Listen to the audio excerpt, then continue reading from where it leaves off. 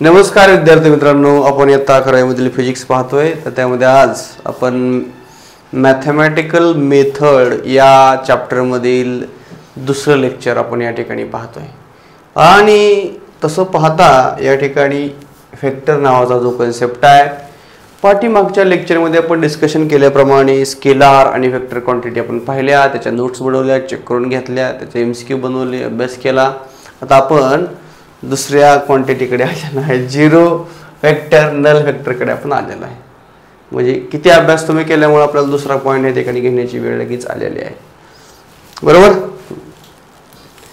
तर आता आपण बघूया काय झिरो वेक्टर कशाला म्हणायचं असतं ते या ठिकाणी आपण बघणार आहोत. झिरो वेक्टर काय आहे? झिरो वेक्टर, झिरो वेक्टरला दुसरं नाव आहे नल वेक्टर. दुसरं नाव काय आहे? Null vector. A vector having zero magnitude with a particular direction. असा वेक्टर त्याची मॅग्निट्यूड झिरो असते आणि कुठली तरी एखादी पर्टिक्युलर काय असेल डिरेक्शन असेल, अशा वेक्टरला आपण झिरो वेक्टर किंवा नल वेक्टर म्हणतो. अ वेक्टर हॅव्हिंग झिरो मॅग्निट्यूड आणि एनी पर्टिक्युलर डिरेक्शन असेल त्याला काय म्हणतो आपण? झिरो वेक्टर किंवा नल वेक्टर असं म्हणतो. Symbolically it is represented as, symbol त्याचा कसा आहे? झिरो वेक्टर दाखवण्यासाठी झिरो काढायचं आणि त्याच्या डोक्यावरती असं ॲरो काढायचं, येतं लक्षात. तरी झिरो वेक्टरचा सिम्बॉल झाला, झिरो काढा आणि त्याच्या डोक्यावरती असं, येतं लक्षात. असं जोडलं की आंबा तयार झाला, आलं लक्षात, येते लक्षात. तसं काय नाही, हे झिरो वेक्टर आहे. Velocity vector of stationary particles, काय म्हणजे आहे? Velocity vector of stationary particle. त्याचं उदाहरण सांगितलंय. कशाची व्हेलॉसिटी काढायची आपल्याला? स्टेशनरी पार्टिकलची. Is a zero vector. आता मला माझा वेग काढायचा, मी असं ह्या दिशेला पळवले, माझा वेग पण मिळेल, माझी डिरेक्शन पण मिळेल मला, म्हणजे माझा मॅग्निट्यूड मिळेल. पण मी फक्त खाली असं तोंड केलं नाही, तो उभं राहिले, बरोबर का. मी काय? स्टेशनरी. स्टेशनरी म्हणजे स्थिर असणं. मग माझी मॅग्निट्यूड किती झाली? झिरो. डिरेक्शन कुठे आहे? ईस्ट वेस्ट, ईस्ट इंडिज, बरोबर आहे का. पूर्वेकडे आहे तोंड करून मी उभा. तर velocity vector of the stationary particle is a zero vector. मग आता स्टेशनरी पार्टिकल म्हणजे काय? कुठलाही स्थिर पाहिजे थांबलेला एक पार्टिकल आहे, ह्याचं मॅग्निट्यूड किती असणार आहे? झिरो असणार. डिरेक्शन काय तर असेल बाबा, ह्या बाजूला असेल किंवा ह्या बाजूला असेल, कुठं तरी डिरेक्शन असेल, त्याला डिरेक्शन पण पाहिजे आणि तो स्थिर पाहिजे एका जागेला, तर त्याला काय म्हणतो आपण? झिरो वेक्टर असं म्हणतोय आपण. चलो, त्यानंतर दुसरा मुद्दा आहे the accelerations vector of an object. काय सांगितलेलं आहे? नीट लक्ष द्या व्यवस्थितपणे. द ॲक्सिलरेशन वेक्टर काय पाहिजे आपल्याला? The acceleration vector of an object. Acceleration vector of an object moving with uniform velocity. Moving with uniform velocity सांगितले. काय? The acceleration vector of an object. Acceleration vector of an object. एखादा object त्याचा acceleration vector काढतोय म्हणजे काय करतो आपण? Velocity झाली की डेरिव्हेटिव्ह घेतोय म्हणजे ॲक्सिलरेशन होतं. The moving with uniform velocity is a zero vector. जर एखादा ऑब्जेक्ट युनिफॉर्म व्हेलॉसिटीने जात असेल तर त्याचा ॲक्सिलरेशन जर काढला आपण, ॲक्सिलरेशनची डेफिनेशन काय आपल्याकडे? ॲक्सिलरेशनची डेफिनेशन काय? Velocity with respect to time is called as acceleration. म्हणून change in velocity with respect to time is called as acceleration. आणि जर व्हेलॉसिटी एक समान वेग असेल, गती जर अशी एक समान असेल आणि त्याचं जर आपण डेरिव्हेटिव्ह घेतलं किंवा विथ रिस्पेक्ट टाइमला आपण जर ते डेरिव्हेटिव्ह काढलं तर ते किती असतं? झिरो असतं. म्हणून मूव्हिंग विथ युनिफॉर्म व्हेलॉसिटी ह्या शब्दामुळं झिरो वेक्टर त्याला म्हणायचं ॲक्सिलरेशन. ॲक्सिलरेशन हा झिरो वेक्टर दाखवला येतं कशामुळे? तर युनिफॉर्म व्हेलॉसिटी ह्या दोन वर्डमुळे आपण तसं म्हणू शकतो. युनिफॉर्म व्हेलॉसिटी असल्यामुळं त्याचं ॲक्सिलरेशन काय झालं? झिरो वेक्टर झालं. लक्षात घ्या. आता इथे काय तुमच्यासमोर स्क्रीनवरती वेक्टर नवीन नवीन नावं दिसत आहेत, झिरो वेक्टरची नावं दिसत आहेत. आता इथं कुठलं नाव दिसतंय तुम्हाला? Resultant vector. रिझल्टंट वेक्टर कशाला म्हणायचं नीट समजून घ्या. आपण काय शिकतोय? लाईन टू लाईन प्रत्येक ओळीचा अर्थ आपण समजून घेतोय. रिझल्टंट वेक्टर दोन वेक्टरची ॲडिशन, सबट्रॅक्शन, मल्टिप्लिकेशन, डिव्हिजन काय करता येतील तेवढ्या ॲक्टिव्हिटी त्याच्यावरती करूया. बघा रिझल्टंट वेक्टर म्हणजे काय? The resultant of a 2 or more vector is that single vector. 2 आणि 2 पेक्षा जास्त वेक्टर तुम्हाला जो रिझल्टंट वेक्टर मिळतो तो सिंगल वेक्टर असतो. The resultant of 2 or more vectors is a single vector which produces the same effect as produces by the all the vectors. सगळ्या वेक्टरमुळे 2 किंवा 2 पेक्षा जास्त वेक्टरना जेवढे काही रिझल्ट तुम्हाला मिळणार आहे तो एकाच वेक्टरने दाखवणं त्याला काय म्हणतो? रिझल्टंट वेक्टर असं म्हणतो. इथे त्याला काय म्हणतो आपण? रिझल्टंट वेक्टर असं म्हणतो. 2 किंवा 2 पेक्षा जास्त resultant of the 2 or more vectors. 2 आणि 2 पेक्षा जास्त माणसांनी एखादं काम केलं किंवा 4 माणसांनी काम केलं तेवढे वेक्टरच केलं की रिझल्टंट म्हणजे फायनली रिझल्ट जो आहे तो 2 माणसांनी काम पूर्ण होणार आहे, एका माणसाने तीच काम पूर्ण होणार आहे. रिझल्टंट वेक्टर काय एकटा असू शकतो तो, हे 4 असू शकतात. तर सगळ्यांचं जे कॅल्क्युलेशन करून द सिंगल वेक्टर तयार होतो विच प्रोड्युसेस सेम इफेक्ट. आणि तो सिंगल वेक्टर जो आहे तो तेवढाच इफेक्ट दाखवतो जेवढा ह्या 4 मुळे किंवा 2 आणि 2 पेक्षा जास्त जेवढा इफेक्ट दाखवला जातो तेवढा एका वेक्टरनं तो सेम वेक्टरनंच काय केलं जातं? प्रोड्यूस केला दाखवला जातो. Which produces a same effect and as produced by the all the vector together. चौघांनी मिळून एक गोष्ट करणं आणि एकट्याने जे करणं ती बरोबर असेल तर त्याला आपण काय म्हणतो? रिझल्टंट वेक्टर म्हणतो. म्हणजे या चौघांचा पण इफेक्ट तेवढा आहे आणि as produced by the all the vectors together. सगळ्या वेक्टरने मिळून जेवढं काम करेल तेवढा एक जर वेक्टर करत असेल तर त्याला आपण काय म्हणतो? रिझल्टंट वेक्टर असं म्हणतो. आता निगेटिव्ह वेक्टर मध्ये कसं आहे बघा. निगेटिव्ह वेक्टर मध्ये काय सांगितले? निगेटिव्ह वेक्टर म्हणजे अपोजिट वेक्टर. दुसरं नाव काय त्याला? निगेटिव्ह. समजा एखादा एरो एखादा वेक्टर आहे तो इकडे चाललाय तर हे विरुद्ध इकडे जाणं म्हणजे त्याला काय म्हणतो? अपोजिट वेक्टर असं म्हणतोय आपण. विरुद्ध अपोजिट म्हणजे काय? विरुद्ध. A negative vector of a given vector is a vector of the same magnitude. नीट लक्ष द्या. आता काय सांगितलेलं आहे? A negative vector of a given vector is a vector of the same magnitude. त्याची मॅग्निट्यूड मात्र सेमच असते but opposite direction to the given vector. आता बघा हा जो ए वेक्टर दिसतोय तो काय दिसतोय तुम्हाला? ए वेक्टर आहे तो काय दिसतोय तुम्हाला? ए असा डिरेक्शनला इकडे चाललेला आहे. हॅलो, हा नमस्कार, बोला की. आता अपोजिट वेक्टर म्हणजे काय असतं बघा. तुम्हाला रिअल लाईन तर सगळ्यांना माहितच आहे. इथं 0 असतं बरोबर. इकडं पॉझिटिव्ह इकडं निगेटिव्ह. समजा एखादा वेक्टर इथपर्यंत आहे त्याचं काय आहे? 1 युनिट एवढा आहे डिस्टन्स मॅग्निट्यूड आणि एखादा इकडं निगेटिव्ह -1 कडे ह्याचं पण फक्त त्यांची डिरेक्शन वेगळं आहे. मॅग्निट्यूड जे आहे ती सेम आहे दोन्हीची. 1 युनिट किंवा 2 युनिट 3 युनिट काय असेल ते मॅग्निट्यूड मात्र सेम आहे परंतु त्यांची डिरेक्शन मात्र वेगळे. बघा शिथून इथपर्यंत हा वेक्टर ये नावा त्यांची दोघांची लांबी इथपर्यंत लांबी आणि इथपर्यंत लांबी दोघांची लांबी मात्र कशी आहे? सेम आहे. फक्त ह्याचं थोबाड इकडे आहे आणि ह्याचं थोबाड इकडे. येतं लक्षात? ॲरो डिरेक्शन आहे का नाही? जर तसं असेल तर मग काय होतं? अपोजिट आहेत म्हणजे एकामेकाचे. आपण सुद्धा बघतो एकामेकाचे विरोधक असले की इकडे बघतं एक इकडे बघतं. आलं लक्षात? असं होतं कधी कधी. तर असं असतं मग ते. ह्याच्यामध्ये सुद्धा तसंच आहे. हे इकडे चालला तर हा वेक्टर इकडे आहे. हे दोन्ही एकामेकाच्या अपोजिट आहे परंतु त्यांची मॅग्निट्यूड मात्र काय आहे? सेम आहे. येतं लक्षात? आणि vector of the same magnitude but opposite direction to that the given vector and B bar is a negative vector to A bar. B bar हा निगेटिव्ह आहे एच्या तुलनेमध्ये. ए इकडे असेल तर बी इकडे म्हणजे काय? बी बार हा निगेटिव्ह वेक्टर आहे. तर यानंतर आहे इक्वल वेक्टर. डेफिनेशन सपासप काय अवघड नाही. आता दोन्ही इक्वल वेक्टर कोणाला म्हणायचं? त्यांची डिरेक्शन पण सारखीच पाहिजे आणि मॅग्निट्यूड पण सेम पाहिजे. त्याला काय म्हणायचं? Equal vector. बघा काय काय इक्वल वेक्टर कोणाला म्हणायचं? हो, डिरेक्शन पण इकडेच आहे 2 इंच आणि त्यांची मॅग्निट्यूड सुद्धा काय आहे? लांबी सुद्धा काय आहे? सेम आहे. येतं लक्षात? त्यांची काय मॅग्निट्यूड असेल मग ती लेंथमध्ये असेल मासमध्ये कशामध्ये असू द्या काय अडचण. आता इक्वल वेक्टर कशामध्ये म्हणतो बघा आपण? इक्वल वेक्टर कशाला म्हणतो आपण?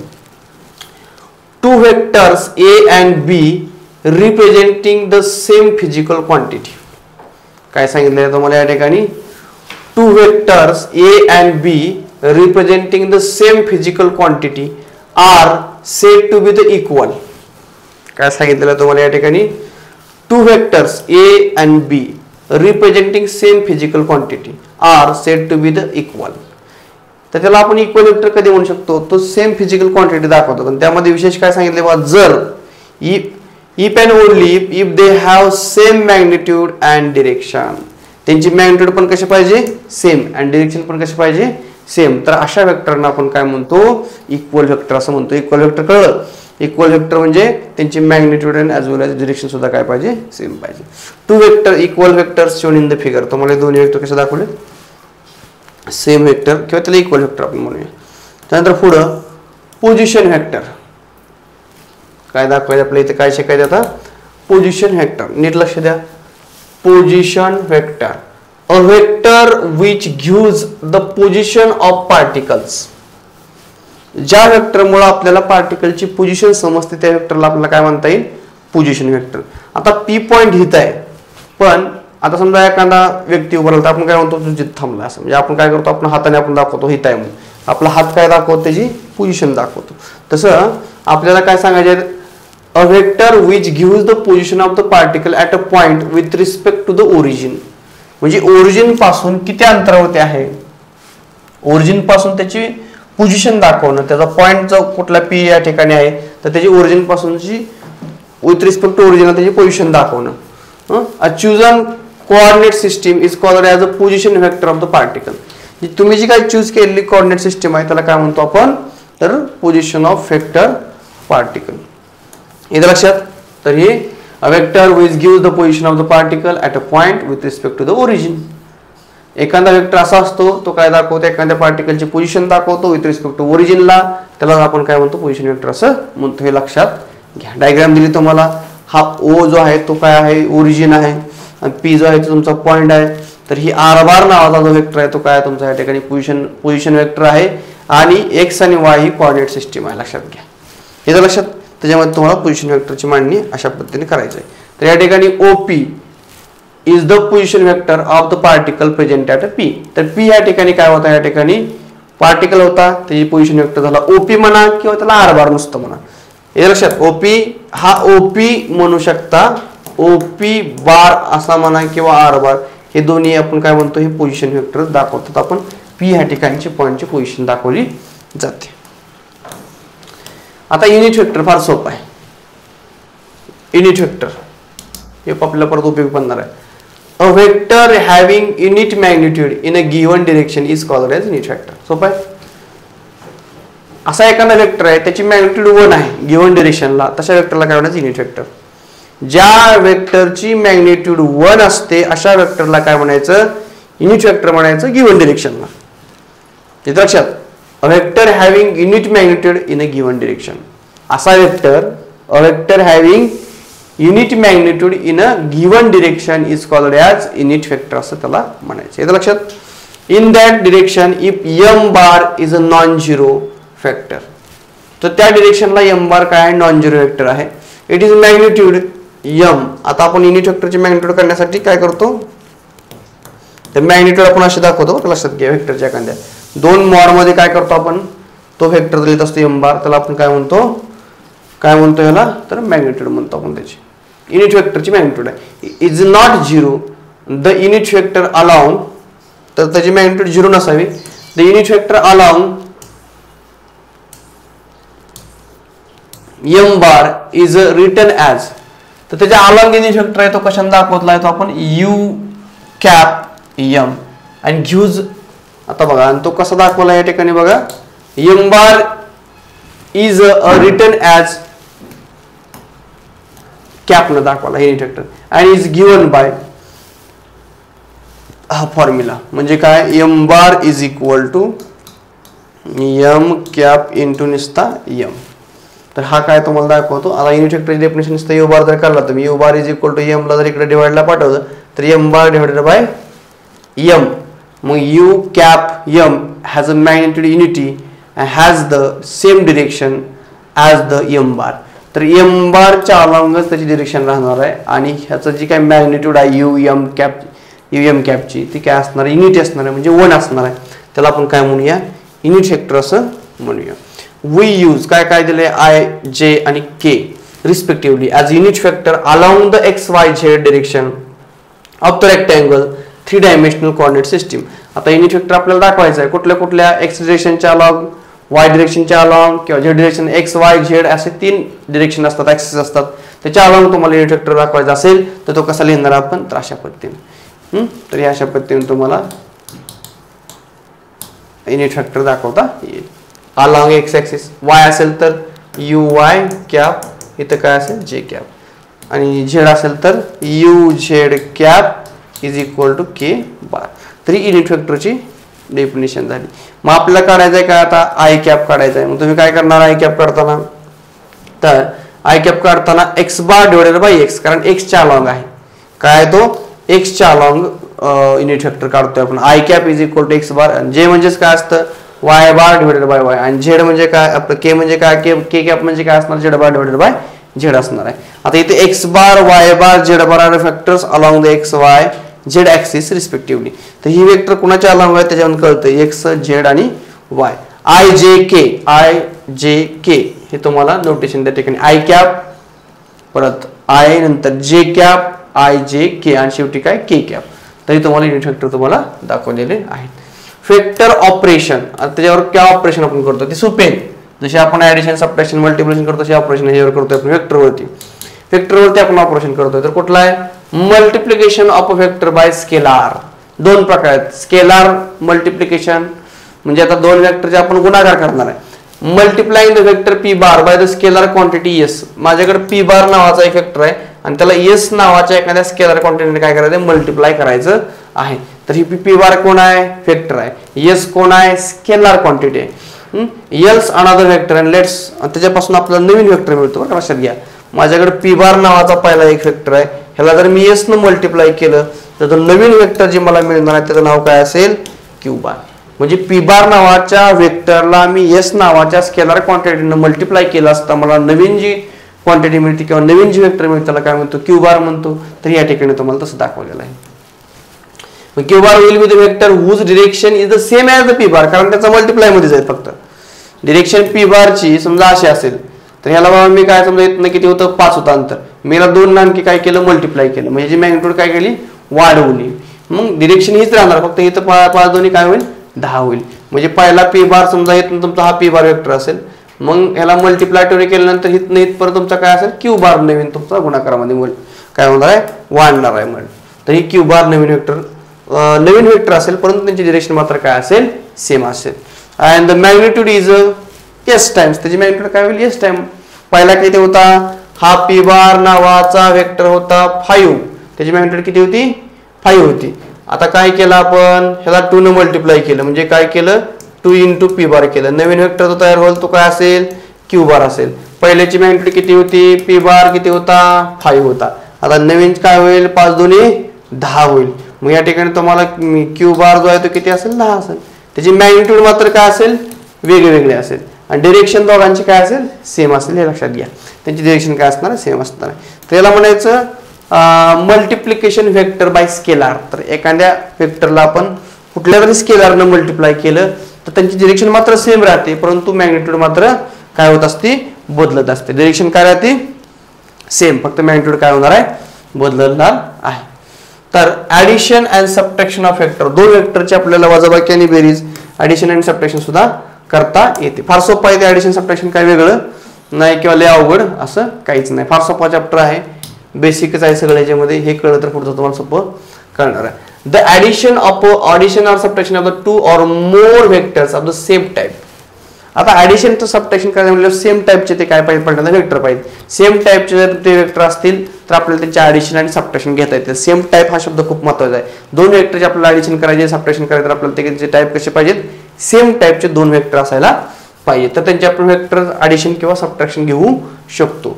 Describing the same physical quantity gives rise to the single vector such that the effects of this single vector is the same as the net effects of the vectors which have been added or subtracted.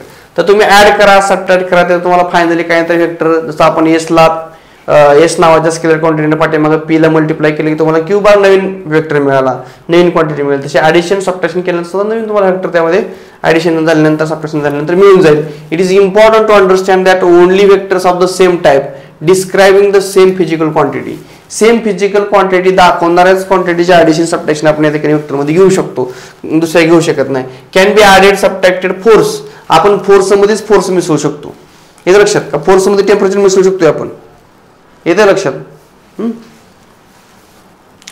Kilo मध्ये आपण length मिसळू शकतो. 1 kilo मध्ये 2 kilo length मिसळायची, येईल का मिसळता? येते का? 10 kilo वजनामध्ये 10 kilometre मिसळा. 10 किलोमीटरच्या 10 किलोचा काय संबंध आहे का? मिसळता येईल का? असं नाही येणार. म्हणून त्यांनी काय सांगितले, क्वांटिटी सेम असावी, क्वालिटी आणि क्वांटिटी पाहिजे. बरोबर आहे ना? बरोबर आहे ना? तसं पाहिजे. तर it is important to understand that only vectors of the same type. तर व्हेक्टर कसे पाहिजेत? सेम टाइपचे पाहिजेत. डिस्क्रायबिंग सेम फिजिकल क्वांटिटी, जे काय ते दोन्ही व्हेक्टर आहेत ते सेम फिजिकल क्वांटिटी दाखवणारे असावेच. फिजिकल क्वांटिटी म्हणजे कुठल्या कुठल्या फिजिकल क्वांटिटी सांगा बरं? अरे फिजिकल क्वांटिटी कुठल्या कुठल्या किती आहेत? हॉटेल भाग्यश्री कुठल्या कुठल्या क्वांटिटी आहेत? लेंथ आहे, मास आहे, टाइम आहे, टेम्परेचर आहे. काय मला एकदम काय म्हणतो? मीटर क्वांटिटी आहे, युनिट आहे कशाचं? लेंथचं युनिट आहे ती मीटर. तर क्वांटिटी विचारतो मी फिजिकल LMTT ला, LMTT ला हे कसले आहेत? 7 बेसिक फंडामेंटल क्वांटिटी आहेत. तर ते बघा आता येतं. Can the added subtracted force F1 आणि force F2 can be added to the given resultant force. आता आपल्याला काय करायचं आहे? एक गाडी ढकलायची. मी हे गाडीला इकडे असं ढकलतोय, दुसरा पण कोणता माणूस गाडीला असं इकडे ढकलतोय. मी काहीतरी F1 नावाचा फोर्स लावला, ओमनं काय F1 F2 नावाचा फोर्स लावला. मी 10 न्यूटन लावला, 10 न्यूटन लावला आणि ह्या न्यूटनने किती लावला? ओमने किती लावला? तर ओमनं 5 न्यूटन लावला. मी 10 न्यूटन लावला, ओमनं 5. 10 अधिक 5 10 + 5 15 न्यूटन एकूण फोर्स झाला. मग गाडी किती न्यूटनला पुढे गेली? 15 न्यूटन. मग आता मी लावलेला फोर्स F1 आहे, ओमचा F2, दोन्ही मिळून किती झाला? F एवढा. किती झाला? 10 अधिक काय असेल ते 10 होता, हे किती 5, किती झाला? 15. बरोबर आहे का? तर अशा प्रकारे काय होईल तुम्हाला फोर्सचे ऍडिशन करता येईल. बरोबर आहे का नाही? नुसतं असं करायचं नाही, लावायचा फोर्स. येतं लक्षात? नाही लावला मी 0 झालं ना. मग येतं लक्षात? 0 झालं की सगळं 0 होतं. सिंगल वेक्टर्स कुठं गेलं? आलं.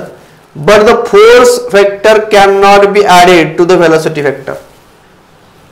का फोर्स मध्ये व्हेलॉसिटी ऍड करता येते का? व्हेलॉसिटी मध्ये फोर्स ऍड करता येतो का? येतं लक्षात?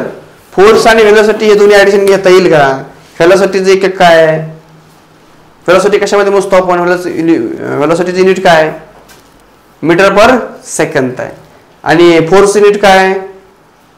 न्यूटन आहे. येतं लक्षात? येतं लक्षात? मगाशी मी तुम्हाला सांगितलं, दोन वेगवेगळ्या गोष्टी आपल्याला मिसळता येत नसतात. नाहीत? तुम्हाला चांगलं माहित आहे, माहित आहे ना? आता इथं लक्ष द्या. It is a very it is easy आहे ती.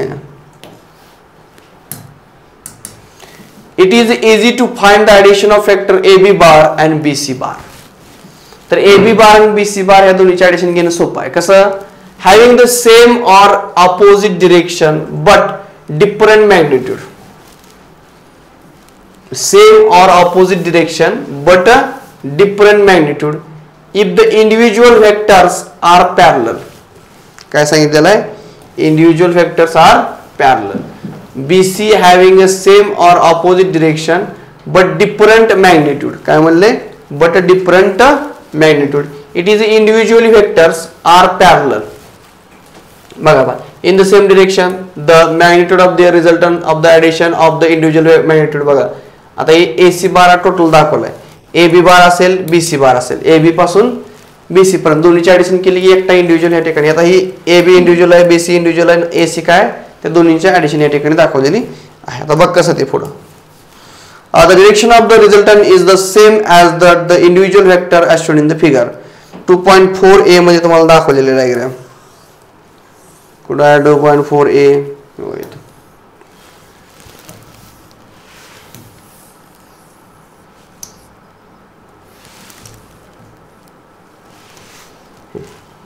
लक्ष द्या इथं काय सांगितलं इथं, the direction of the resultant is the same as that of individual vector as shown in the middle. जे रिझल्टंट व्हेक्टर आहे, रिझल्टंट व्हेक्टर म्हणजे काय, मी काय 10 न्यूटननं गाडी ढकलली, ओमनं काय 5 न्यूटननं गाडी ढकलली, याचा रिझल्ट काय झाला, गाडी पुढे गेली. बरोबर, याचा रिझल्ट काय झाला, गाडी पुढे जाणं. म्हणजे मी 10 न्यूटन लावला, तू 5 न्यूटन लावला, टोटल न्यूटन किती झाला, 15 न्यूटन झाला. हा 15 न्यूटन हा रिझल्टंट झाला. 10 अधिक 5 काय झाला, हा रिझल्टंट झाला. त्याला म्हणायचं रिझल्टंट व्हेक्टर. माझा स्वतंत्र फोर्स होता, तुझा पण स्वतंत्र फोर्स होता, दोन्ही स्वतंत्र फोर्सची ऍडिशन केली, नवीन तयार झाला काय असेल, तो पण स्वतंत्र 15 असेल. लक्षात घ्या असं. तर higher if the individual vectors are antiparallel, काय म्हणले, individual vectors are antiparallel in the opposite direction, the magnitude of their resultant vectors, their resultant is the difference of their individual magnitude, and the direction of is that the larger vector AC bar is equal to AB bar minus BC bar and shown in the figure. आता तुम्हाला इथे काय दाखवले बघा, हे महत्त्वाचा मुद्दा आहे. 2.1 किंवा 2.4 ए मधली डायग्राम तुम्ही बघू शकता. पहिल्यांदा किती आहे इथं, 5 सेंटीमीटर. इथे किती आहे, किती 7 सेंटी. पहिले किती 5 सेमी, दुसरे किती 7 सेमी. 7 आणि 5 किती झालं 12. 7 + 5 7 + 5 किती झाला 12 cm. ही तुमचा काय झाला, रिझल्टंट व्हेक्टर झाला. म्हणजे ह्या दोन्हींचे ऍडिशन म्हणजे काय झालं, रिझल्टंट व्हेक्टर 12 झाला. तर इथं बघा, मग तेच सांगितलं या ठिकाणी तुम्हाला. बघा समजा आता हे रिझल्टंट पॅरलल डिस्प्लेसमेंट आहे. हे कसला डिस्प्लेसमेंट आहे, पॅरलल. ह्याला काय म्हणायचं, पॅरलल डिस्प्लेसमेंट. हे इकडे चाललंय, हे इकडे चाललंय, हे इकडे चाललंय, सगळं काय या दिशेला आहे. पण जर अँटी पॅरलल असेल तर काय करायचं बघा. आता इथे खालच्या डायग्राम मध्ये बघा, बी डायग्राम मध्ये बघा, 2.4 व्ही मध्ये बघा काय झालंय, ए टू बी काय एक वेक्टर आहे, किती न्यूटन आहे 11 न्यूटन. परत बी टू सी किती न्यूटन आहे 5 न्यूटन आहे.